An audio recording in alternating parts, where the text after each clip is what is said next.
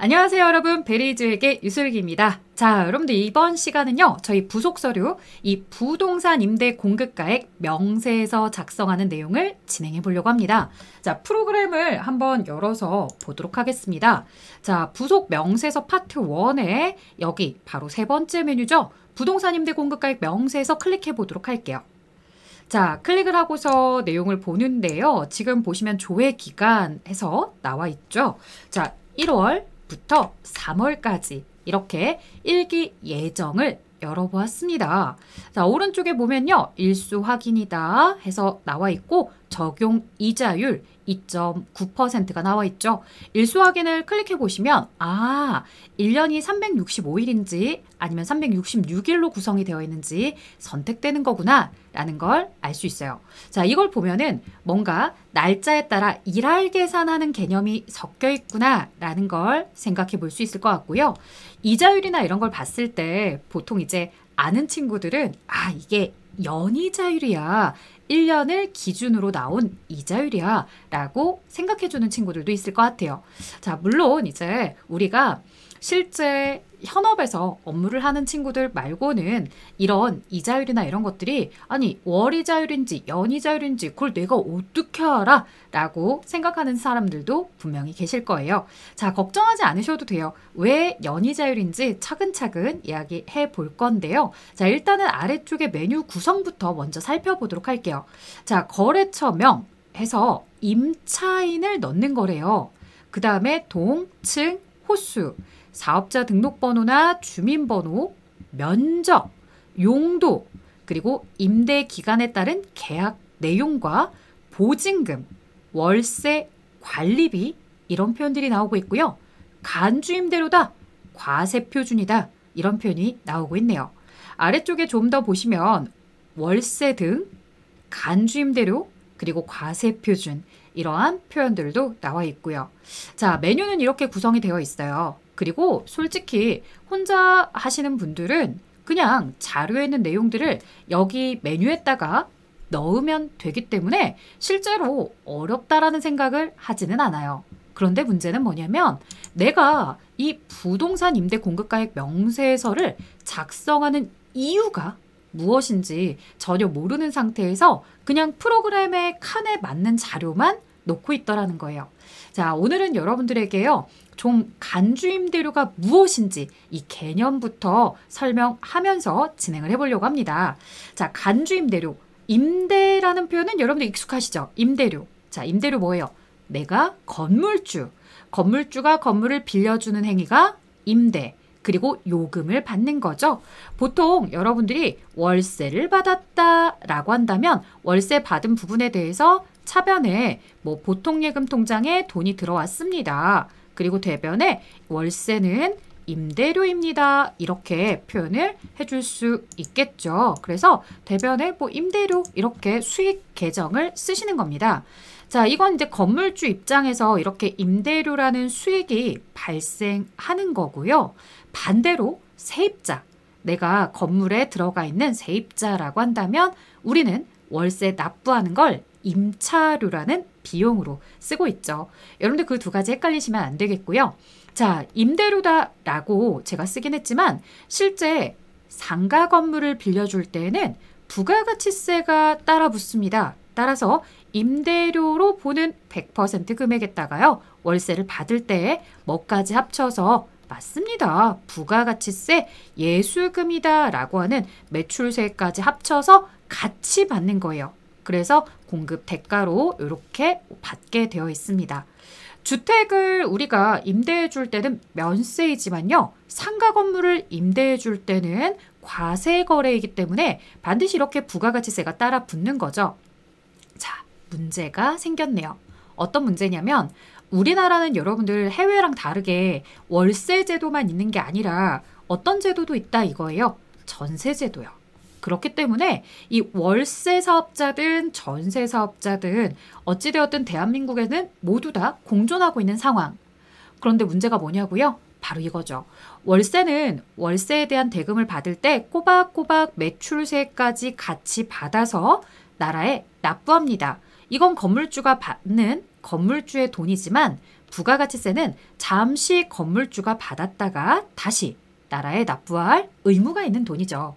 그렇기 때문에 이 부가가치세에 대해서 납부하는 의무와 이런 금액의 납부에 대한 부담감을 늘 안고 삽니다. 자, 그런데 전세사업자, 여기 좀 애매합니다. 전세사업자 왜 애매하냐고요? 자, 전세사업자들은요, 보증금을 받아요. 그러면요, 보증금을 받으면 보통예금 통장에 돈이 들어오고요. 대변에 이 건물에 대한 용역을 공급한다기보다는 우리가 뭐를 받게 되는 거냐면 임대하고 나서 보증금을 받았습니다 라고 하는 임대보증금이라는 부채 계정이 생기죠. 자, 반면 이제 건물을 빌리는 세입자들은 보증금을 납부하고는 임차 보증금이 있었고요. 임차 보증금은 자산이고 임대보증금은 부채입니다. 부채이기 때문에 여기에 대해서는 뭐가 발생하지 않는다? 부가세 예수금이 발생하진 않습니다.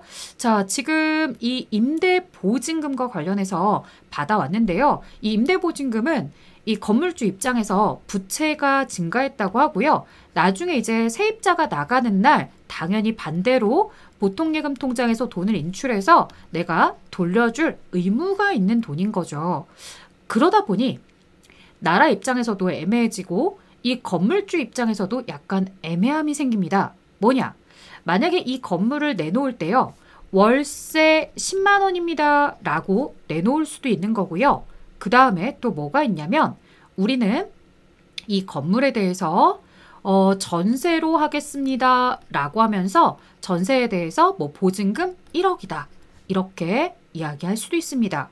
자, 그렇다면 월세 10만 원인 회사들은 매월 10만 원에다가 부가가치세 10,000원씩 껴서 받아서 우리가 일기 예정 때 하게 된다면 매월 1월달 10,000원, 2월달 10,000원, 3월달 10,000원에서 30,000원에 이 매출세액을 신고하고 납부하게 될 텐데 전세로 건물을 빌려준 사람들은 어때요? 1억 원의 임대보증금이 생기긴 했지만 여기서 소득이 발생한 건 아니라는 거예요. 그렇기 때문에 이와 관련해서 1월 달에도 따로 받은 돈 없고 2월, 3월 전혀 없어요. 이렇게 되니까 전세로 빌려준 사람은요. 뭐가 생기지 않더라는 거예요. 이 월세와 관련된 부가가치세가 전세 사업자에게는 하나도 따라붙지 않네요. 자, 그러니까 이제 우리는 그런 얘기를 하는 거죠. 야, 내 돈이 없어. 나 부채야. 돌려줄 의무만 있어. 라고 이야기를 합니다. 그러다 보니까 뭔가 밸런스가 안 맞아요. 똑같은 건물을 임대한다 하더라도 월세로 임대를 했을 때는 나라 입장에서는 매월 분기마다 3만 원씩 꼬박꼬박 부가가치세가 들어왔는데 갑자기 세입자가 전세로 바꾸면서 부가가치세 소득이 안 들어온단 말이에요. 나라 입장에서 약간 좀 서운하죠. 늘 들어오던 게 월세일 때는 들어오던 게 안 들어오네. 자, 그러면 나라는 좀 생각해 봅니다. 정말로 저 세입자에게 부가가치세가 전혀 없는 거냐? 혹은 저기 건물주가 정말로 부가가치가 빵원인 거냐? 그렇다면 전세사업자는 무슨 사회에 봉사활동을 하는 사람들도 아니고 좀 이거 이상하지 않니? 밸런스 안 맞아. 라고 이야기합니다. 자, 그래서 나라는 얘기합니다. 어머, 이거 보세요. 월세 사업자에게도 이렇게 분기별로 3만 원씩 우리가 받아내는데 이 전세 사업자님, 당신이 이 보증금을 받아놨다면 최소한 은행에 맡기든 어떠한 활동을 하시든 이 정도의 부가가치가 있으니까 전세로 건물을 빌려주는 거 아니겠습니까? 아니 무슨 건물주가 이 예수님도 아니고 스님 부처님도 아니고 이런 거 어떻게 합니까? 라고 얘기하는 거죠. 자, 그래서 나라 입장에서는 이제 얘기합니다. 이 전세보증금 1억 원에 대해서도 분명히 어느 정도의 부가가치는 창출하고 있을 것이다. 하지만 그것을 누구도 객관적으로 정확하게 판단하기는 어려운 상황이다. 그래서 말인데 이 정기예금 이자율이라는 걸 가져오자. 최소한 못해도 어디 은행에다가 돈을 넣어놓고서 이자를 받는 정도의 이 정도 최소한의 소득은 올릴 거 아니냐. 이 건물주로서 세입자에게 받은 1억. 그러면 연이자율만큼 1년 동안의 이자율만큼 한번 계산을 해보자. 그리고 지금 12개월 중에 1월 달부터 임대를 시작했다고 한다면 일기 예정의 부가세 신고를 하기까지 1월, 2월, 3월 달 요 3개월만큼에 대해서 너에게, 왜냐면 연은 1년이니까요. 1년 12달 중에 3개월치만큼 이렇게 임대 소득에 대해서 계산을 해보자는 거죠. 그래서 월세로 빌려줄 때만큼 전세 보증금으로 전세로 이렇게 빌려준 상황에서도 유사한 상태의 세금을 받아내도록 하는 겁니다. 그래서 이렇게 계산해서 나오는 금액을 우리는 뭐라고 한다? 임대료는 임대료지만 간주임대료다, 이렇게 표현을 하는 거고요. 이 간주임대료에 대해서 우리나라는 반드시 여기에 뭐를 하도록 하겠다? 10%의 부가가치세를 받아낼 거다라는 이야기입니다. 그래서 간주임대료가 계산이 되면 거기에 여러분들은 10%의 부가가치세가 과세되게끔만 신고서에 넣어주시면 되는 거죠. 자, 이 내용을 이렇게 쭉 설명을 드렸는데요. 그렇다면 전세보증금의 연이자율을 곱하고 이런 계산들에 대한 이런 과정들을 여러분들이 직접 하셔야 되는 거냐? 그건 아니고요. 문제에 제시된 자료들을 넣어줍니다. 자료들을 프로그램에 넣어주면 앞서 보셨던 것처럼 간주임대료 자리에다가 금액이 계산이 되는 거죠. 자, 이렇게 임대료의 소득이 실제로 있는 것은 아니지만 있는 것처럼 간주하고 거기에 대해서 부가가치세를 과세하겠습니다 라고 하는 개념입니다. 자, 그러다 보니 임대보증금에 대해서는 부가세 예수금이 없었지만 거기에 이렇게 간주임대료가 산출된 만큼은 부가세가 따라 붙어야 되겠죠. 그래서 대변에 부가세 예수금이라는 계정이 생길 거고요. 차변에 그렇다고 해서 추가로 내가 월세를 더 받거나 그런 건 아니고 나라가 시키는 대로 부가가치세라는 세금을 추가로 산출해서 나라에 신고하고 납부하는 거기 때문에 이렇게 세금과 공과다라고 표현하고 있습니다. 이 내용들과 관련해서는 메인 매출 점표에다가 반영해서 부가세 신고서에 처리가 될 수 있도록 하는 방식이 있는데요. 그때 유형은 14번 건별로 입력을 하는 거죠. 건별이 뭐예요?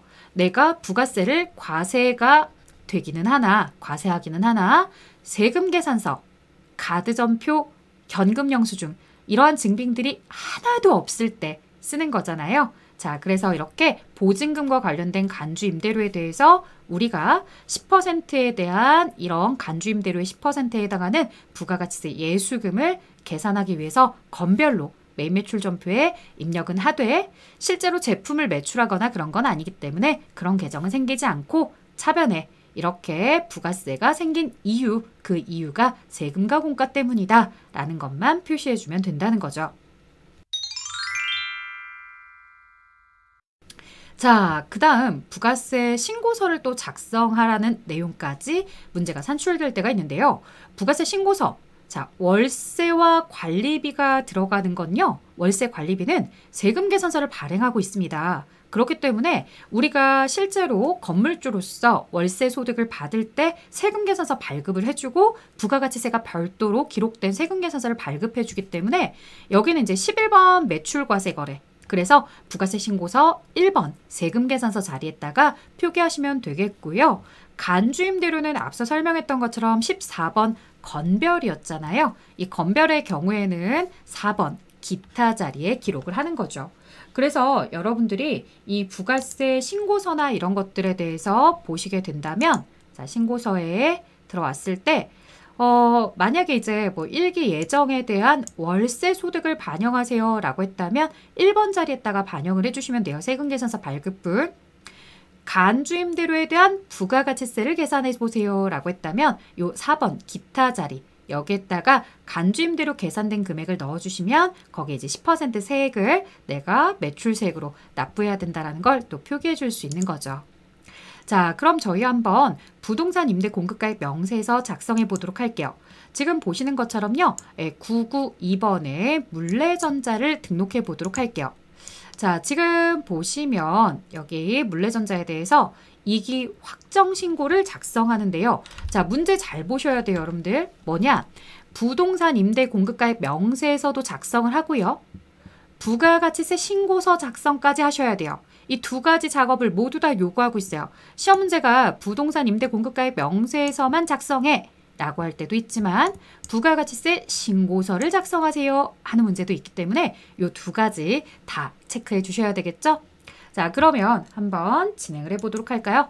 지금 신고서 말고 여기 자 부동산 임대 공급가액 명세에서였고요. 이게 확정이니까 날짜 바꿀게요. 10월에서 12월.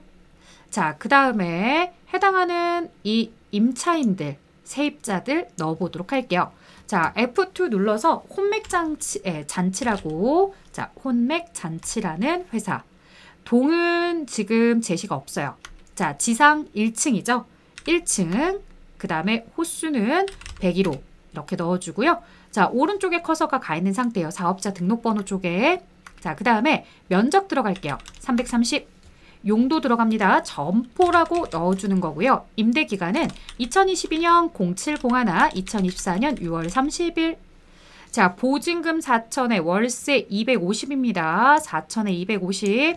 자, 그러면 4천 그리고 250 이렇게 넣어줍니다. 자, 보증금 4천만 원에 대해서 나와 있는 부분인데요. 여러분들 한번 보십시오. 지금 현재 보면 7월 달부터 2024년도에 6월 30일까지 그러면 지금 23년도 10월부터 12월 달까지는 이 임대기간 안에 모두 다 들어오죠. 그래서 10월 한 달 31일, 그 다음에 11월 달 30일, 12월에 31일 이렇게 세 개를 다 합치면 92일이 임대기간이 됩니다. 자, 그러면 임대보증금 4천만 원에다가 적용이자율 연이자율 2023년 기준 2.9%, 그 다음 곱하기 365일 중에 92일 이렇게 계산된 금액이 바로 아래에 간주 임대료예요. 나라 입장에서는 이 보증금 4천만 원에 대해서는 29만 2,383원만큼의 임대소득이 있을 것이라고 간주하겠다는 얘기예요. 자, 월세는 매월 250씩 10월, 11월, 12월 3개월이 되니까 750이 이렇게 기록이 되고 있죠.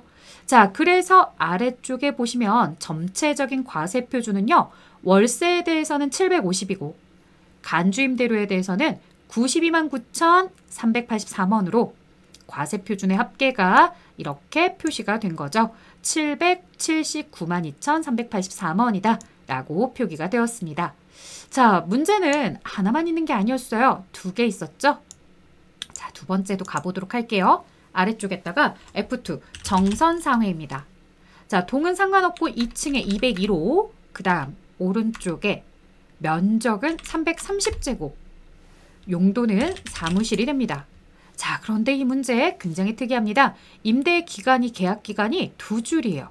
왜 이렇게 됐지? 라고 생각하고 보니까 아래쪽에 보시면 2023년 11월 1일, 즉, 요 해당하는 과세 기간에 임대차 계약 갱신이 있었던 거예요. 그런데 갱신을 하면서 같은 조건으로 끝나지 않고요. 보증금은 2천만 원으로 동일하지만 그새 월세가 올랐네요. 200으로. 그래서 이 두 가지 조건이 다르기 때문에 단순하게 기간만 늘려주는 것이 아니라 이 하나의 조건마다 따로따로 작성을 해줘야 됩니다.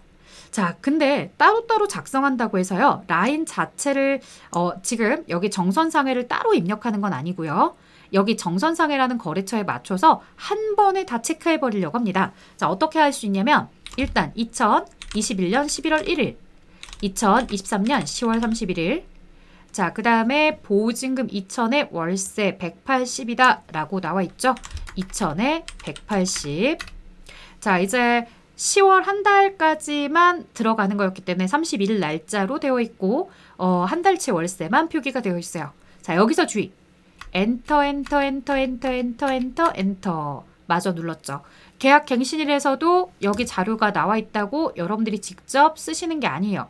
이 갱신하였다라는 갱신일에 직접 쓰는 게 아니라 그냥 그대로 엔터를 눌러줍니다. 어때요? 다음 날짜부터 바로 갱신이 되는 걸 확인해 볼 수 있죠? 자, 2023년 11월 1일부터 2025년 10월 31일까지 이렇게 기록해 주시면 됩니다. 자, 그럼 이제 나머지 11월과 12월 두 달치에 대한 61일 날짜가 집계가 될 거고요. 2천만 원, 그 다음에 200 이렇게 표기가 됩니다. 자, 그러면 월세는 정상적으로 세금계산서를 발급했고 이것도 중요하고요. 그 다음 임대료에 대한 부가가치세는 임대인이 부담한대요. 다시 말해 임차인에게 주는 것이 아니라 임차인 너가 대신 내 이렇게 얘기하는 게 아니라 임대인이 내가 직접 내겠다는 얘기죠. 자, 그래서 이 내용 저장하고 다음으로 넘어가 보도록 하겠습니다. 자, 저장을 진행했다면 지금 현재 여러분들이 체크해 주셔야 될 내용은 혼맥잔치라는 회사와 정선상의 두 가지에 대해서 모두 다 과세표준으로 넣어줘야 될 텐데 과세표준으로 들어가야 될 총 금액은 지금 이 금액과 일치해야 돼요. 1373만 8,574원 이 금액이 일치해야 되겠고요. 자, 그러면 부가세 신고서 열어보자. 자, 부가가치세 신고서 클릭하고 들어가 봅니다. 들어가서 자, 문제 2기 확정기간 10월부터 12월을 작성하고 있다. 10월, 12월. 자, 자료가 여러분들이 편하게 보시도록 아무것도 나와 있지 않아요. 자, 여기 월세가 1330이라고요. 그러면 이 세금 계산서가 발급이 된 1330이다 라고 하는 금액. 세액은 10%가 따라 붙는 거고요. 자, 간주임대로 들어가 볼까요? 간주임대로 438574. 자, 바로 이 자리가 438574 이렇게 넣어주면 43,085만 7천원이 세액으로 표기가 되겠죠. 자, 마지막 여러분들이 점검하실 내용은 9번 자리 토탈 합계가 13738,574 이렇게 되어 있죠. 자, 오른쪽에 과세표준 합계도 13738,574 이렇게 서로 일치하고 있다는 걸 볼 수 있습니다. 이 금액이 서로 딱 일치하게끔 작성을 해줘야지 라는 걸 여러분들이 놓치시면 안 되겠죠. 자, 일단 저는 이렇게 이제 여러분들께 입력하는 방법을 보여드렸는데요. 만약 여러분들이 지금 원래 시험이 나왔던 기출문제 시험지를 가지고서 보신다라고 한다면 아마 이렇게 이제 21년도 기준으로 문제가 표기가 된 해답지를 보실 거예요. 그러다 보니까 뭐가 안 맞아떨어져요? 아래쪽에 월세는 750으로 일치하지만 지금 보시는 간주임대료는 일치하지 않는 거예요. 아니, 간주임대료가 왜 일치하지 않지? 라고 생각을 해보실 텐데요. 자, 지금 월세나 이런 부분에 대해서도 여기 월세 180이다 라고 표기가 되어 있는데 자, 이런 부분들이 맞지 않는 이유들 뭐 때문이었을까요? 자, 바로 우리가 이런 부분이 맞지 않았던 내용은요. 여러분들 바로 이 이자율 때문에 그래요. 지금 이제 월세가 750이었던 건 혼맥잔치일 때가 750이었던 거고 그리고 나서 뭐까지 다 입력을 한다면 정선상해까지 다 입력을 한다면 월세는 1330. 그런데 이 모든 걸 다 입력해도 간주임대료는 바뀌지 않더라. 간주임대료 다르더라. 왜 그러냐? 적용이자율이 1.2%. 자, 이 적용이자율이라는 건요. 국세청장이 고시하는 이자율이에요. 매년 바뀌어요. 매년. 지금 현재는 금리가 올라 있기 때문에 2.9%로 정해졌단 말이에요. 언제? 2023년 기준으로. 그래서 밸런스가 안 맞는 거예요. 이상하게 생각하실 필요 없어요. 어차피 간주임대료는 자료를 제대로 입력했다면 올바른 금액으로 표기가 되었을 겁니다. 자, 여기서 이제 여러분들이 챙기셔야 될 내용들은 과세표준은 요 월세 금액이 그대로 세금 계산서 발급분 자리에다가 들어가지게 되고 그 다음에 요 기타 자리가 누가 들어가고 간주임대료가 들어가서 마지막 합계 9번 자리 합계 금액이 요 과세표준에 대한 합계 금액이랑 정확하게 일치해 줘야 된다는 거. 이거 기본만 잘 지키면 어렵지 않습니다. 자, 지금 이제 여러분들과 함께 볼 내용이 여기가 끝이에요. 예, 보다 보니까 그러면 더 풀어보고 싶은데 없나요? 라고 하는데 일단은 여러분들 90회차부터 시작해서 109회차 올 때까지는 한 번만 출제가 된 거죠. 이 얘기는 뭘까요? 앞으로 이제 110회를 준비하는 친구들은 부동산 임대 공급가액 명세서에 대한 연습을 충분히 하고 가셔야 됩니다. 아마 여러분들이 가지고 계신 교재도 있을 거고요. 조금은 더 오래전 기출을 푸는 친구들은 더 많이 경험을 해보실 텐데요. 반드시 꼭 관련된 문제들을 풀어보셨으면 합니다. 자, 저는 이제 여기까지 정리해 보았고요. 창 닫고 나가겠습니다. 자, 이제 다음 강은요. 수출실적 명세서라는 게 기다리고 있습니다. 이 수출실적 명세서는 저희 다음 강에서 시작해 보도록 할게요. 여기까지 할게요. 다음 시간에 만나요. 안녕.